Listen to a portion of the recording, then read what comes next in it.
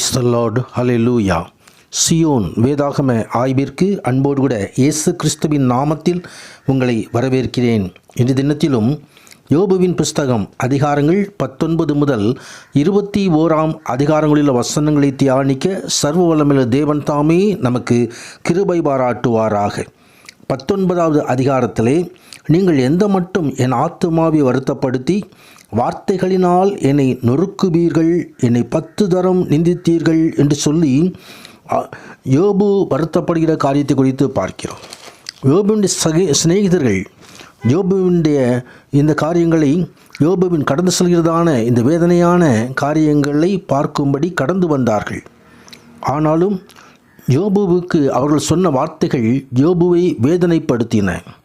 பல வேளைகளிலே நமக்கு விரோதமாய் சொல்லப்படுகிறதான வார்த்தைகள் நம்மை வேதனைக்குள்ளாய் கடந்து சென்று, நமது ஒருவேளை நம்ம சொந்த ஜனங்களாக இருக்கலாம், வீட்டு ஜனங்களாக இருக்கலாம், வெளியில் உள்ள ஜனங்களாக இருக்கலாம், அலுவலகத்தில் உள்ளவர்களாக இருக்கலாம். எங்கே இருந்தாலும் மனிதனுடைய வார்த்தைகள் சில சமயங்களிலே பாதிப்பை உண்டு பண்ணி விடுகிறது. அதோடு கூட இதோ வீட்டில் உள்ளவர்கள் ஆனாலும் சரி, வெளியில் உள்ளவர்கள் ஆனாலும் சரி, சிநேகிதர்கள் ஆனாலும் சரி, வேலைக்காரர்கள் ஆனாலும் சரி, எல்லோரும் இந்த யோபை விட்டு விலகி போகிறார்கள். என் பந்து ஜனங்கள் விலகி போனார்கள், என் சிநேகிதர் என்னை மறந்து விட்டார்கள், என் வீட்டு ஜனங்களும் என் வேலைக்காரிகளும் என்னை அந்நியராக எண்ணுகிறார்கள், அவர்கள் பார்வைக்கு நான் பரதேசியானேன் என்று சொல்லி இதோ யோபு தன் உள்ளத்தின் அங்கலாய்ப்பை வெளிப்படுத்துகிற காரியத்தை குறித்து பார்க்கிறோம். அதோடு கூட தேவனும் தன்னை சத்துருக்களில் ஒருவனாக எண்ணிக்கொள்கிறார் என்று சொல்லி 11வது வசனத்திலே அவர் குறிப்பிடுகிறதை பார்க்கிறோம். தன்னுடைய துன்பங்களை தேவன் நேரடியாக வரப்பண்ணினார் என்று தவறான ஒரு எண்ணத்திலே யோபு இருந்ததை குறித்து, சத்துருவானவன் தேவன் இதோ யோபுக்கு விரோதமாய் செயல்படுகிறதை யோபு அறிந்திருக்காமல் இந்த துன்பத்துக்கெல்லாம் காரணம் தேவன்தான் என்று சொல்லி தேவனை அங்கே தேவனை குறித்து அங்கலாய்க்கிற காரியத்தை குறித்து பார்க்கிறோம். இதோ ஆனாலும் இது யோபுவுக்கு ஒரு விசுவாசம் இருந்தது. எத்தனையோ பாடுகள், உபத்திரவங்கள், வேதனைகள், இழப்புகள், அதன் மத்தியிலும் யோபுவுக்கு இருந்த விசுவாசத்தை 25வது வசனத்திலே வெளிப்படுத்துகிறதை குறித்து பார்க்கிறோம். என் மீட்பர் உயிரோடு இருக்கிறார் என்றும் அவர் கடைசி நாளில் பூமியின் மேல் நிற்பார் என்றும் நான் அறிந்திருக்கிறேன்.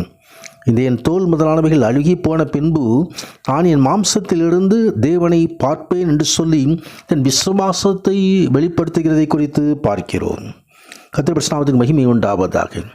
யோபு இருந்த நாட்களிலே நமக்கு கிடைத்தது போல பழைய ஏற்பாடு, புதிய ஏற்பாடு புத்தகங்கள், அநேக வசனங்கள் எல்லாம் கொடுக்கப்படவில்லை. ஆனாலும் யோபுவுக்கு இருந்த விசுவாசம், மீட்பர் ஒருவர் இருக்கிறார், அவர் கடைசி நாளிலே வருவார், வந்து நாம் அவரை காணலாம், தனது சரீரத்தோடு ஆத்மாவோடு நாம் உயிர்த்தெழுந்த நிலைமையிலே மீண்டுமாய் நாம் உலகத்திலே உயிரோடு வந்து தேவனை நாம் தரிசிப்போம் என்று சொல்லி அந்த யோபுவுக்கு ஒரு விசுவாசம் இருந்தது.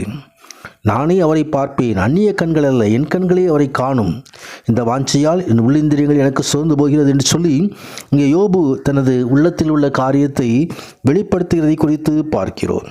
கர்த்தருடைய நாமத்திற்கு மகிமை உண்டாவதாக. தொடர்ந்து 20வது அதிகாரத்திலே சோப்பார் தனது வார்த்தைகளை சொல்கிறதை குறித்து பார்க்கிறோம்.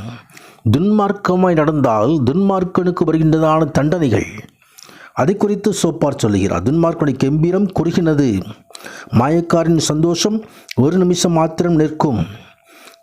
மனுஷனை பூமியில் வைத்த ஆதிகாலம் முதல் இப்படி இருக்கிறது என்று சொல்லி துன்மார்க்குதான வருகிறதான காரியங்கள், ஒரு மனிதனுக்கு கேடான காரியங்கள், ஒரு மனிதனுக்கு வேதனையான காரியங்கள் வருகிறது என்று சொன்னால் அது துன்மார்க்கத்து நிமித்தமாக அது வருகிறது என்று சொல்கிறதான ஒரு காரியத்தை குறித்து சோப்பார் சொல்கிறதை குறித்து பார்க்கிறோம்.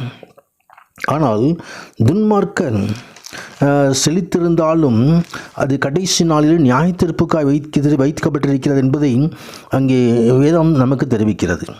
21ஆம் அதிகாரத்தில் யோபுவும் இந்த காரியங்களை தெரிவிக்கிறதை குறித்து பார்க்கிறோம்.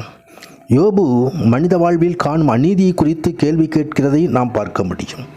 துன்மார்க்கரில் அநேகர் வளமாய் வாழ்கிறார்கள், ஜெயமாய் வாழ்கிறார்கள், மகிழ்ச்சியாய் வாழ்கிறார்கள். ஏன் என்று சொல்லி 73வது சங்கீதத்தில் வாசிப்போமானால் அது நமக்கு வெளிப்படுத்துகிறது. துன்மார்க்கர் செழித்திருந்தாலும் அவர்கள் நியாய தீர்ப்புக்காய் வைக்கப்பட்டிருக்கிறார்கள். ஒரு நாள் அவர் நியாய தீர்ப்பு கொடுத்து தண்டனையை, நித்திய தண்டனையை அவர்கள் பெற்றுக்கொள்ளுவார்கள். எனவே நாம் ஆண்டவருடைய சமூகத்திலே தேவ அன்பை நாம் பார்ப்போம். நம் மீட்பர் உயிரோடு இருக்கிறார், எல்லாவற்றையும் கவனித்து கொண்டிருக்கிறார், அவனுக்கு பலன் என்னோடு வருகிறது என்று சொல்லி அவர் தமது வருகைக்கு தம்மை ஆயத்தப்படுத்தி கொண்டிருக்கிறார். நாமும் கூட அந்த வருகைக்கு ஆயத்தமாகவும் நாம் ஜெயம் பெற்று எழுகிற அந்த நாளிலே உன்னத தேவனை தரிசிப்போம். தேவன் தாமே நம்மை ஆசீர்வதிப்பாராக. ஆமென்.